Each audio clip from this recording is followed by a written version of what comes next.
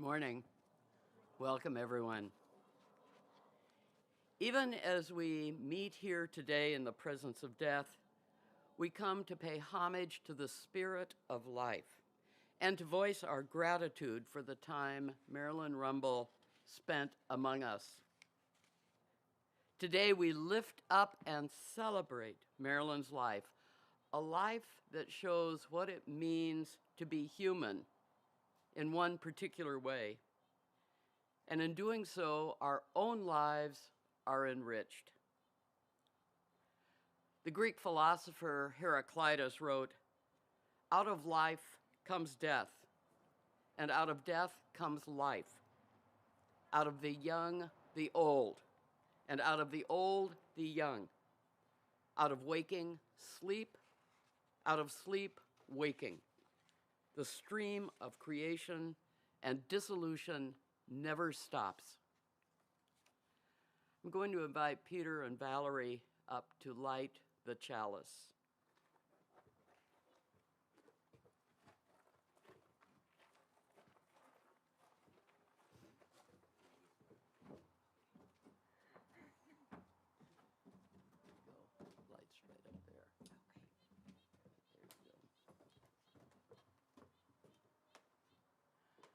We light this chalice, the enduring symbol for Unitarian Universalists and all who are guided by the flame of love and hope. We light it to honor Marilyn's life and her time here on earth. And so we have come together. It is right and fitting that we are here today, for a human life is sacred, and so is its ending. In her poem, The Summer Day, Mary Oliver writes, "Who made the world? Who made the swan and the black bear? Who made the grasshopper? This grasshopper, I mean, the one who has flung herself out of the grass, the one who is eating sugar out of my hand, who is moving her jaws back and forth instead of up and down, who is gazing around her with her enormous and complicated eyes. Now she lifts her pale forearms and thoroughly washes her face. And now she snaps her wings open and flies away." I don't know exactly what a prayer is. I do know how to pay attention, how to fall down into the grass, how to kneel down in the grass, how to be idle and blessed, how to stroll through the fields, which is what I have been doing all day. Tell me, what else should I have done? Doesn't everything die at last and too soon? Tell me, what is it you plan to do with your one wild and precious life? The family, friends, and members of Kitsap Unitarian Universalist Fellowship hold their memories of Marilyn Rumble and how her one wild and precious life was lived. And we'll have an opportunity to hear those memories later in this service. Marilyn's life began January 29th, 1948 in Lebanon, Oregon, the daughter of Maxine and Thomas Anderson, where she grew up with her sister, Millie. At the age 21, she married Earl Rumble, and as a Navy wife, accompanied him during his deployments and stations in Georgia, Florida, Pearl Harbor, and here in Bremerton. As her two children, Valerie and Peter, grew older, Marilyn attended Olympic College, where she earned her nursing degree. She began her career at a nursing home, then joined Bremerton's Harrison Hospital, where she spent most of her career. When her children were young, Marilyn chose to work the graveyard shift to be available to her family during the day. And she also volunteered for difficult shifts because she was needed at those times.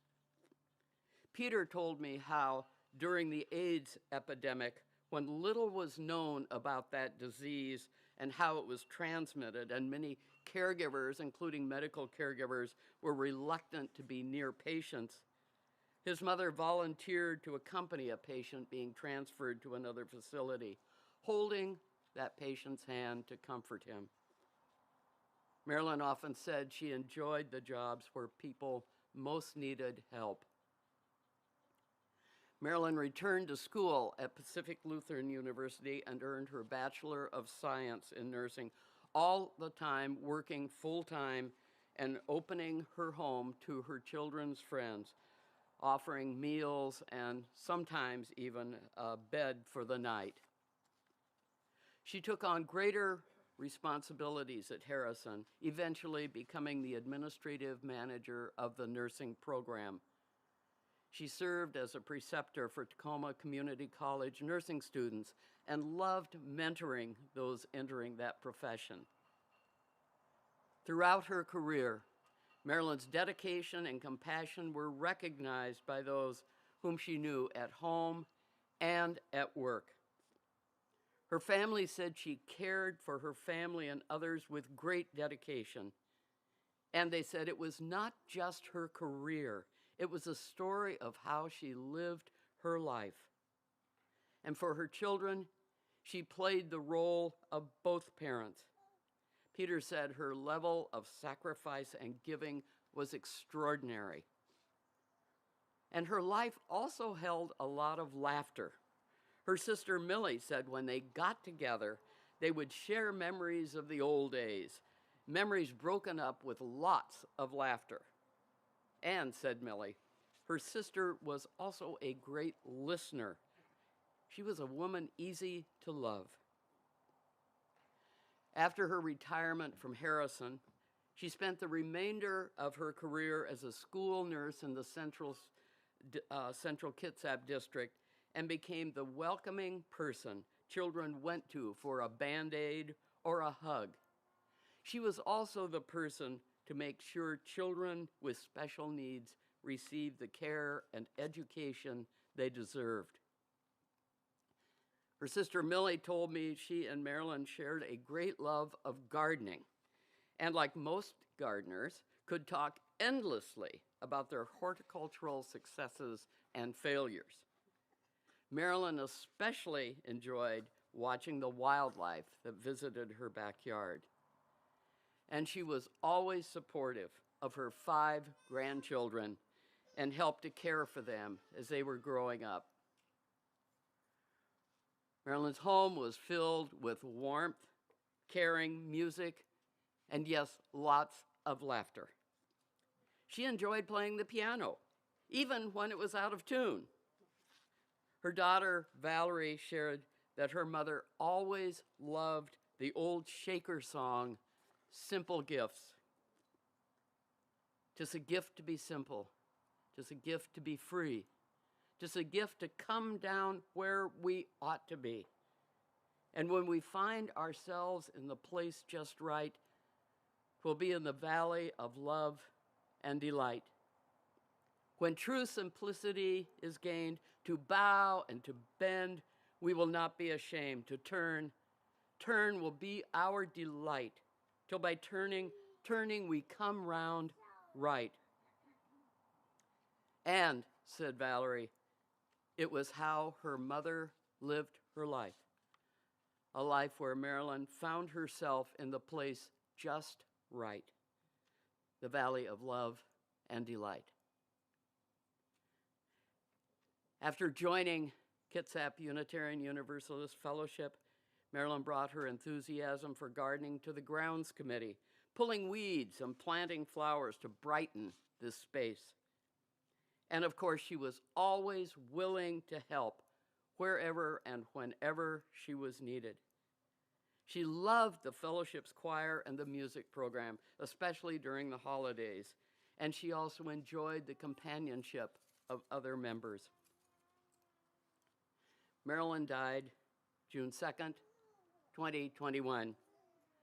She's survived by her sister Millie, daughter Valerie, her son Peter, 5 grandchildren, and 2 great-grandchildren.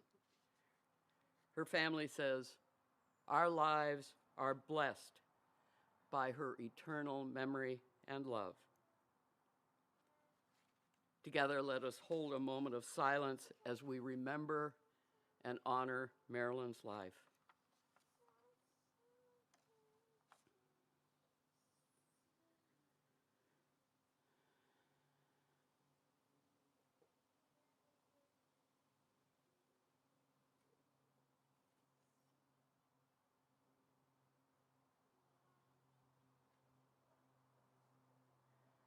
The poet May Sarton writes, help us to always be the always hopeful gardeners of the Spirit who know that without darkness nothing comes to birth, as without light nothing flowers. Amen.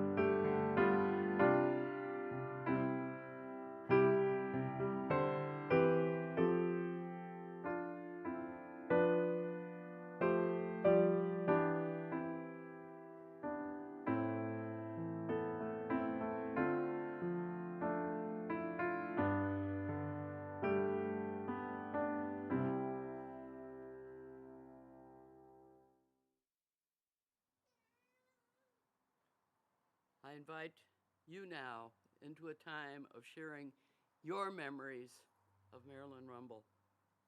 As you come forward, please say your name and speak into the microphone so all can hear.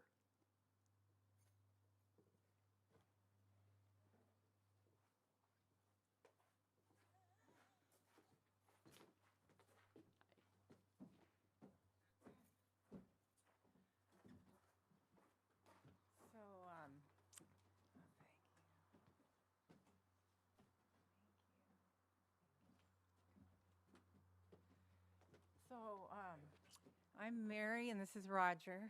And how we're affected by Marilyn is she was in charge of us as nurses, and it just seemed like she never would judge you, but she helped you grow. And I had a lot of managers because I was at Harrison for 38.5 years, and I don't want to judge anyone because I never had the courage to be one, but some aren't like Marilyn, many, because she, at one point in my life there was turmoil at home, part of what I caused, too, but it was bad, and I needed time off, but it was a bad time to ask for time off, and it just had to be, though, and I went to her, and she just right away said yes, and she didn't ask questions, but of course she's so loving, you just start talking to her. And anyway, I said a lot. I don't know how she had time for that. And I got the time off, and I was able to help heal the family a little bit, and myself too, I guess. So, and Roger is a nurse there too, and he would say to me, gosh, this went on, and Marilyn came in at 3 in the morning, looked like she just rolled out of bed and put her sweats on. And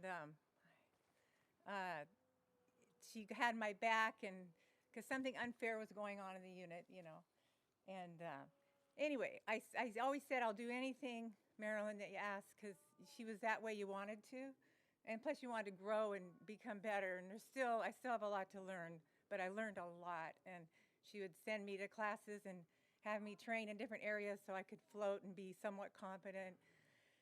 But I said, there's one thing I'll never do, Marilyn. And she said, what? And I told her. She said, okay, but someday you might be able to. And so years went by, all those years, still my manager, thank God. And then, all these things go on. And then other float team nurses would say, oh, Marilyn did this for me. I'm just thinking, how is it possible to give? Aren't you ever gived out? And then so lovingly give. Anyway, the thing that, do you want to say anything? You don't? Okay. Thanks. The thing that I said I'd never do, and Marilyn said I would be able to someday, because she'd ask all the floats to give an in-service and talk in front of the group.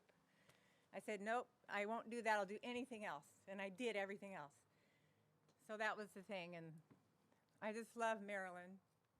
And she's impacted me forever. Yeah, that's all. And I think everybody that knows Marilyn, you always talk about her laughing and having fun. Every morning she'd call me in. As soon as I'd walk through the door, she'd start laughing. And I was kind of laughing all my way to work. She's a very pleasant person. I loved her dearly. She was one of the only reasons I went to work every day. She always gave us good assignments, and she was always behind us, and always more than fair. One night I called her at 11 o'clock. They gave me the overflow unit. Well, she gave me the overflow unit, and then she left work, went home. The overflow unit then was 2 South. When I got there was one patient and one nurse's aide. And 4 hours later, I had 11 patients and one nurse's aide. And I decided I better call her because this is getting out of control. We had no help. She said, what are you saying? And I told her. She says, that can't possibly be going on. She says, I'm on my way in there. So she came in. And she tried to call several people in, and nobody came. Next thing I know, I turn around, I'm looking in the room. She's sitting there with paperwork admitting patients. Didn't tell me she was doing it. So I went over and I said, what are you doing now? Anybody coming? She said, nah, just me. So at 11 o'clock, we were both still there. And then 11:30, I left when my relief showed up. And she was laughing as I walked by the door, actually. I don't know what time she left, but I miss her dearly. And I think it was about 4 years after she left the hospital, Mary and I was going out for dinner. We got in the restaurant, and I looked over, and here's this lady sitting at a table, and it was Marilyn. I got up, and I said, what are you doing here? She said, same thing you are. I said, why don't you come join us? So we sat at the same table, had dinner together. She never stopped and ate. She was just talking, and she's so exciting all the time. And we both love her dearly, and I'm sure she's up there with Priscilla somewhere. And God bless her. Thank you very much. You folks have a good day. Thank you, Roger.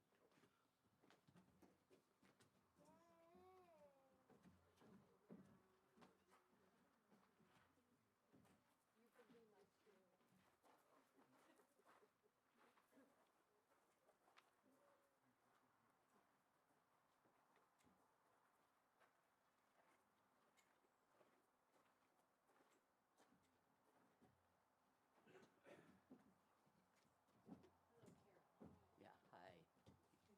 Good to meet you. Thank you for being here.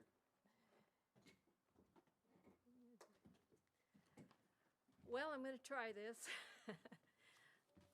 I got a cheat sheet in case I get all messed up. But you know what? These things I've heard of what I've been thinking a lot. I'm Melinda, and I'm a cousin. This is Dave. Say hi. Hello. Hi, Dave. We're brother and sister team, and we are cousins of Marilyn and Millie. Raised up in the same area as they were by our two sister mothers who thought alike, very close, loved each other a lot, and just kind of came down to us. So let's see. I want to say I was lucky to be Marilyn's cousin and honored to think of her as a friend. And all those childhood memories. Our later phone calls not so terribly long ago, the last few times we could go back and forth on the phone, we'd just go right back to our girlhood days, our little girl things, and start talking and giggling and laughing. I hope she got as much out of that as I did. And then so I started saying it, and then we would say it back to each other.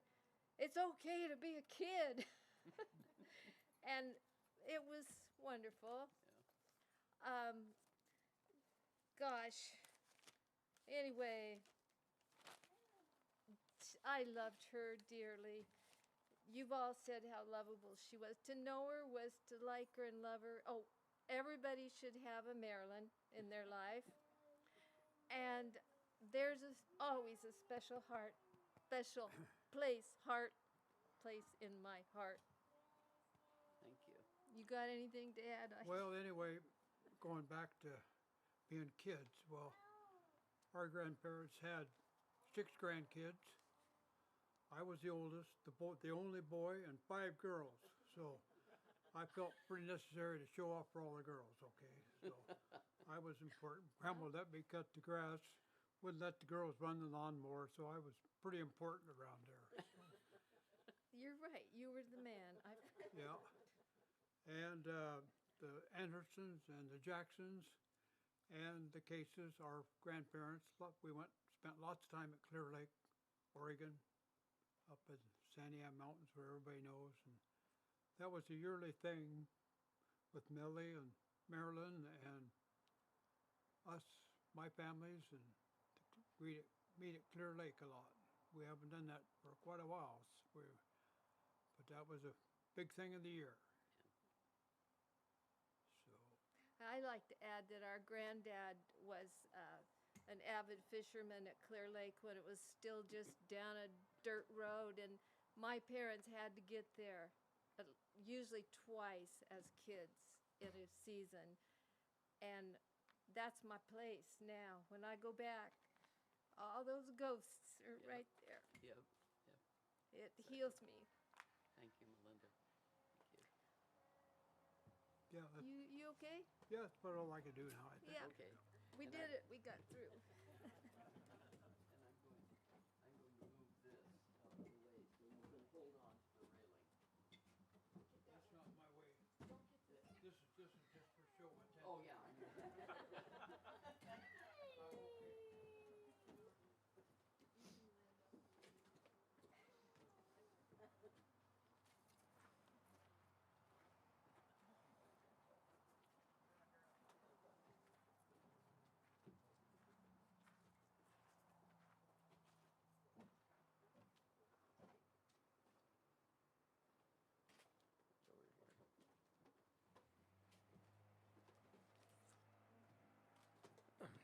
My name is John Ebert.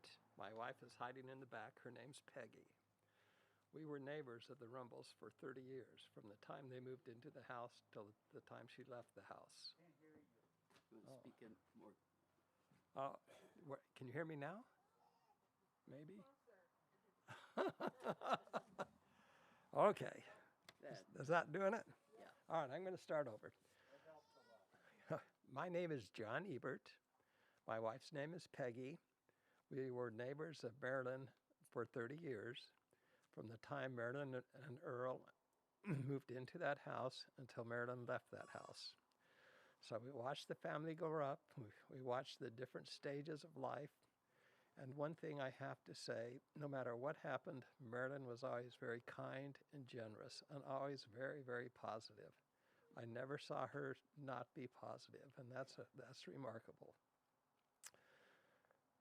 People have mentioned things, during the different phases of life. There's the Earl phase, then there's the without Earl phase, and the family phase, and then her professional life. And at the hospital, she was so dedicated, when she got to the higher position, that she was typically gone, I would say, at least 16 hours a day. No matter what it took, Marilyn was there doing it. And she always did it in a very happy and accommodating manner. To provide a little bit of levity, Marilyn was not very mechanically inclined. So I got a chance to help her quite a bit. And I'll never forget the time she and when Patrick was living with her, took her car and they went down to Oregon. And they came back and I said, Marilyn, have you ever checked your oil in your car? No. So I pulled out her dipstick and there wasn't a drop of oil showing. So I told her she couldn't move the car till we added oil. And I just remember that. There was also a time when she liked to do things around the house and she'd cut her own lawn. There was a time when the grass kind of got ahead of her and there was a real workout for her lawnmower. So here was Marilyn cutting the grass in a cloud of black smoke from the lawnmower because the engine had overheated. So I went over and I said, Marilyn, we better take a look at this. So we gave it a day to cool down. Unfortunately, that lawnmower still worked. But yeah, she was a very good neighbor, always very kind and generous, and she loved life. And I don't know what else more I can say. I do have one other thing that's kind of a personal thing.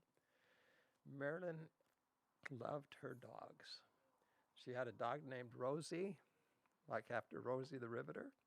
And this big Cocker Spaniel would be sitting on Millie's lap when they'd come home from somewhere, and it just looked like another person in the car. But Marilyn loved that dog. And when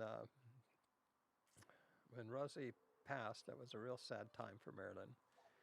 And she was extremely lonely because that was her life. So my wife helped her get another dog, and she was just so devoted to her dog named Scooty.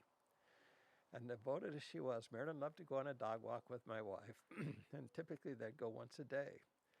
But as things got, as Marilyn got older, she'd kind of forget they would go on a dog walk. So 2 or 3 times a day, Marilyn would be knocking on the door saying, let's go on a dog walk. And my wife would always drop everything and go on a dog walk with her. She was just that kind of a person. So we will miss her. We have lots of fond memories of her. And I really don't know what else to say, but she was a great neighbor and we appreciated her. Thank you. Thank you.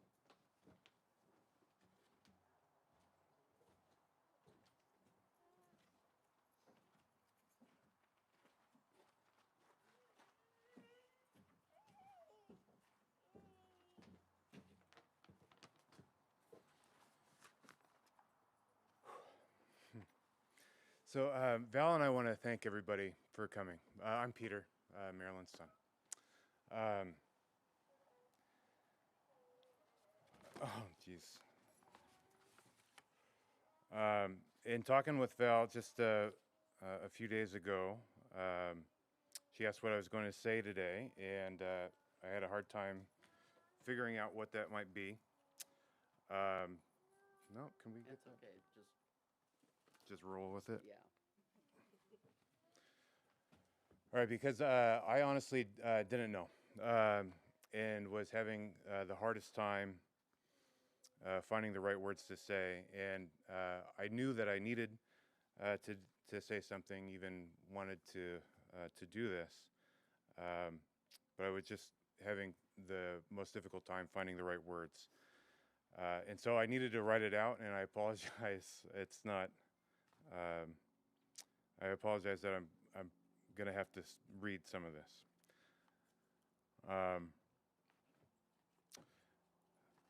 And so the truth of Mom's passing is one of the most difficult things that I'm dealing with. And the truth is oftentimes a very difficult thing. It's why we say the painful truth. And for me today, this couldn't be more the case.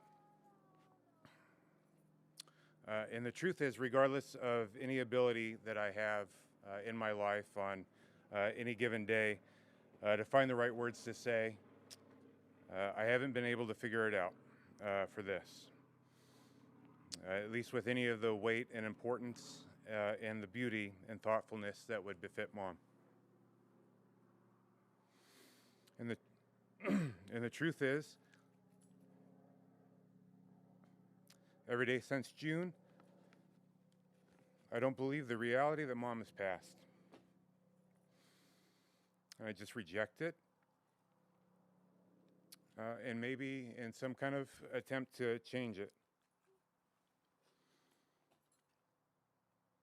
But I see a picture of her on my phone, or remember that I have to give her a call to check in. Or when I start to send her a picture of the kids on their first day of school, and there's the truth of it waiting to suffocate me in grief.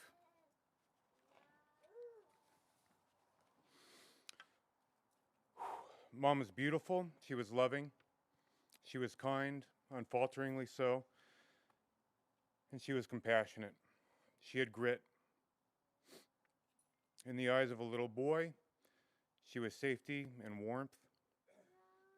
In the eyes of a grown man, now a parent of his own, she was an example of selfless giving and sacrifice.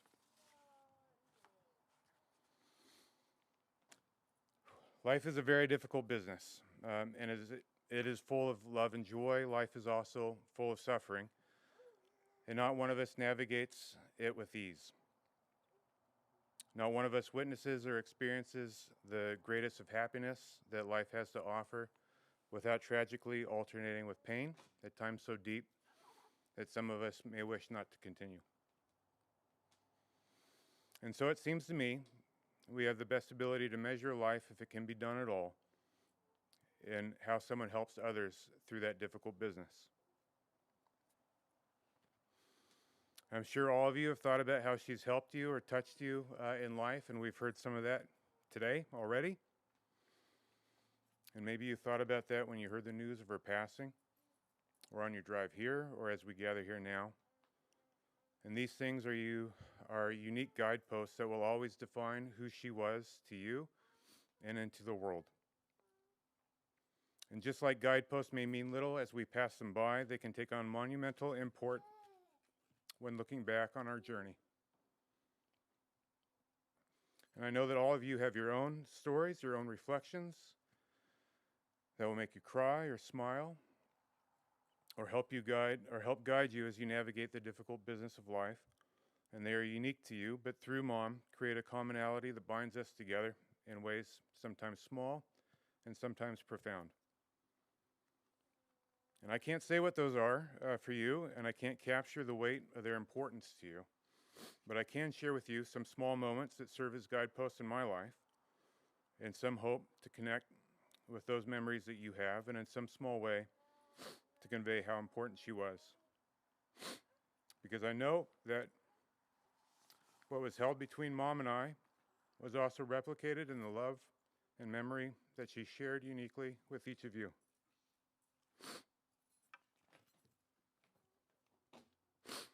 I remember some of the most content and safe moments as a little boy,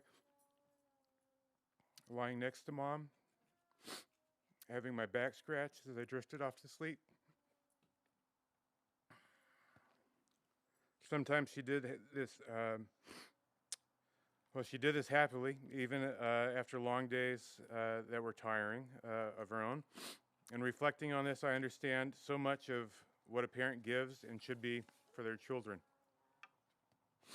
I remember going to the junior college with Mom, sitting in the back of the classroom while she studied, took notes, asked questions, even dissected animals in the lab. And reflecting on this, I understand how critical it is to continually improve yourself, to find ways to make the lives of your family and others better tomorrow than they were yesterday. I remember sleeping in the staff break room while Mom worked through the night. Reflecting on this, I understand that hard work and grit are perhaps the most important and admirable qualities I can emulate of hers. I remember the first notion of a career ambition I had in elementary school of being a United States Senator. Not because I knew what that was, but because I heard the Senate was called the Millionaires Club. And that sounded like a pretty good club to be a part of. And when I shared that with Mom, she gave me the next day a cassette tape of Robert Kennedy's speeches. And it was around this time that Mom also told me that she joined the NAACP as a young woman. And although I had no notion of what that meant at the time, In reflecting on this, I know that Mom wanted me to understand that public service and that life was more important than aspiring to join the Millionaires Club. I know that she hoped that I would find inspiration in his speeches, which I do now, to live a life intent to lift others up, to right what wrongs I could, and to come to understand how noble and essential service is in itself. I remember telling Mom that I couldn't be bothered to apply for college the day before the application deadline. And that I scored well on a test for the Army and I could just always enlist or figure it out later. In between tears, she let me know that wasn't a decision that she would accept and stood over my shoulder to make sure that I finished the application to the same college that she had gone to just a few years before to earn her own degree.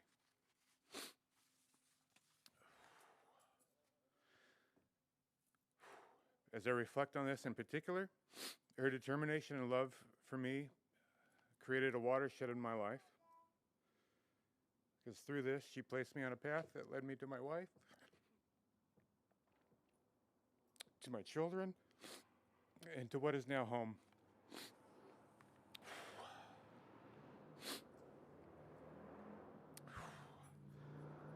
I can try to comfort myself with the knowledge that from God we all come, and to God we shall all return. But God, I haven't been able to get comfortable with this. And God, I hope I live up to her example. In the end, I still find it impossible to come up with the words to convey fully what Mom means to me. And the best words I have don't belong to me at all. They are the words that Shakespeare gave to Juliet in explaining her love for Romeo. And they are the words that Robert Kennedy used to eulogize his brother. The words I first heard on a cassette tape given to me by Mom. When she shall die, take her and cut her out into little stars, and she shall make the face of heaven so fine that all the world will be in love with the night and pay no worship to the garish sun.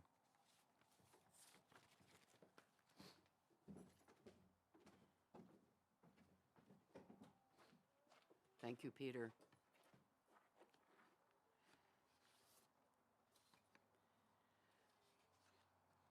Marilyn's sister Millie sent this message. She writes, "Good morning. My name is Millie, and I am Marilyn's older sister. I so want to be with you in person, but that is not to be. So I will try to write a few lines about memories that have been with me these past weeks. Marilyn and I were born and raised in Oregon in the middle of the Willamette Valley. As kids, it was just a place we lived. But as adults, we came to realize what a beautiful place the valley is. Our parents took us on many road trips, rides, they called them, into the foothills and the nearby Cascade Mountains, the Oregon coast, and to see the sights around the Pacific Northwest. We learned about nature and history and so much more. Sometimes Marilyn and I thought these trips were boring, but we grew to appreciate life and family during our Sunday afternoon rides. We didn't have any extra money, but our parents never questioned whether the family had gas money.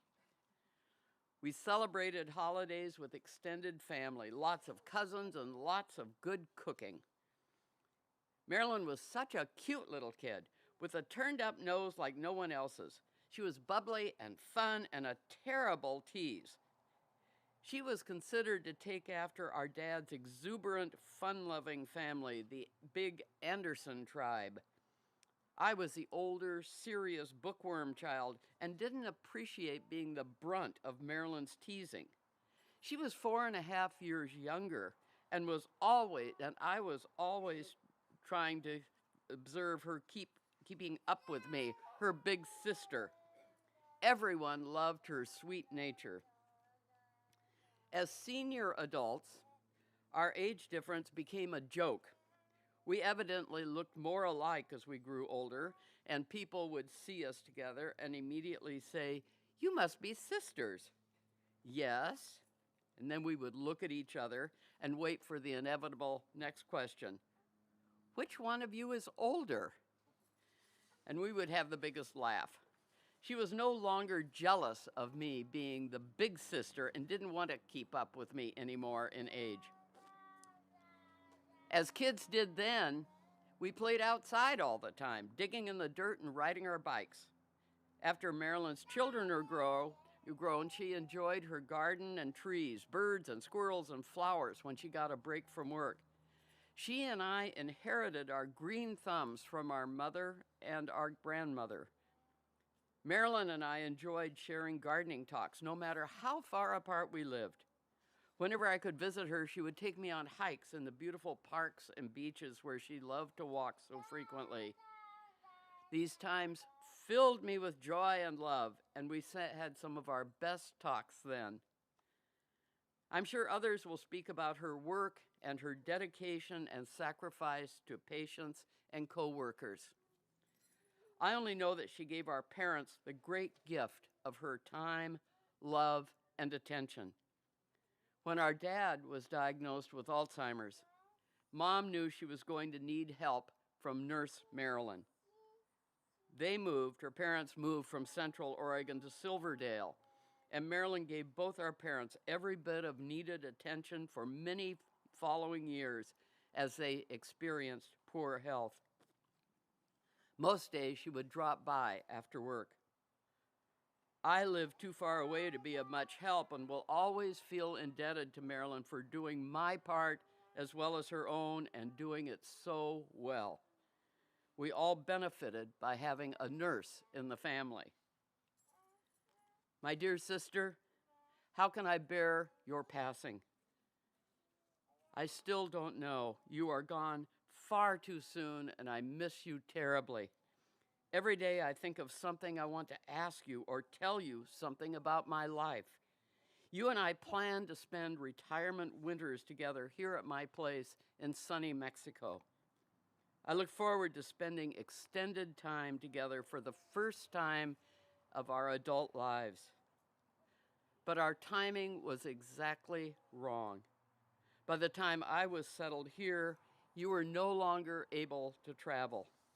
You never got that retirement vacation in the tropics we had planned together. And no one, writes Millie, no one ever deserved it more than you.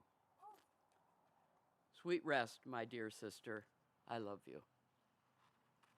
That's signed Millie Finney from her home in Mexico.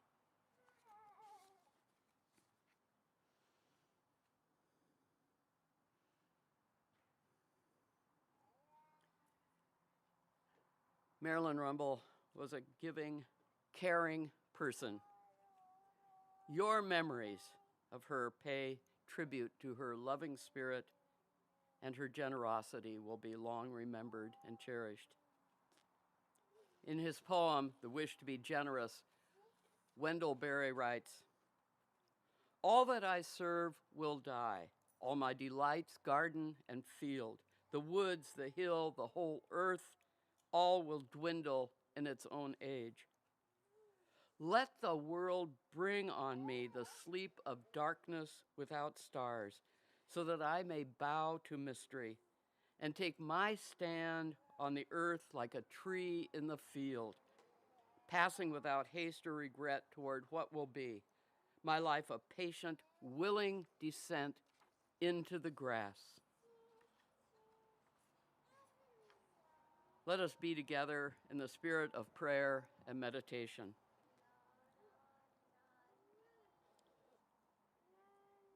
Eternal Spirit and source of all life, we celebrate life's beauty.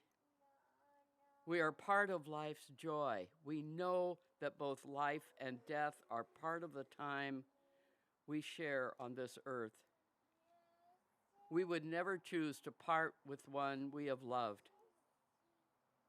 But whenever there is great love, there is great memory, a great understanding that we carry in ourselves the best of the life that is gone.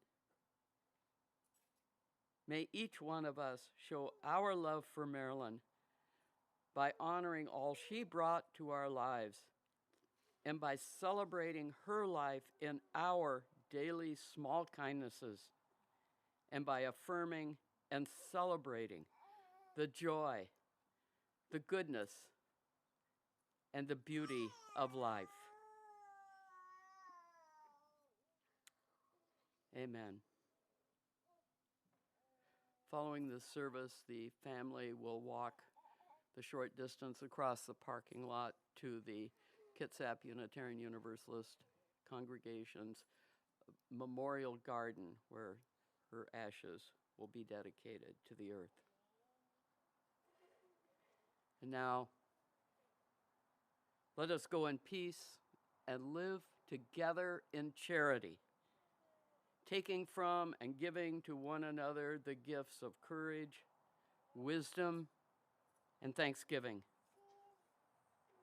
May the peace which passes understanding be with us all this day and forevermore. Amen.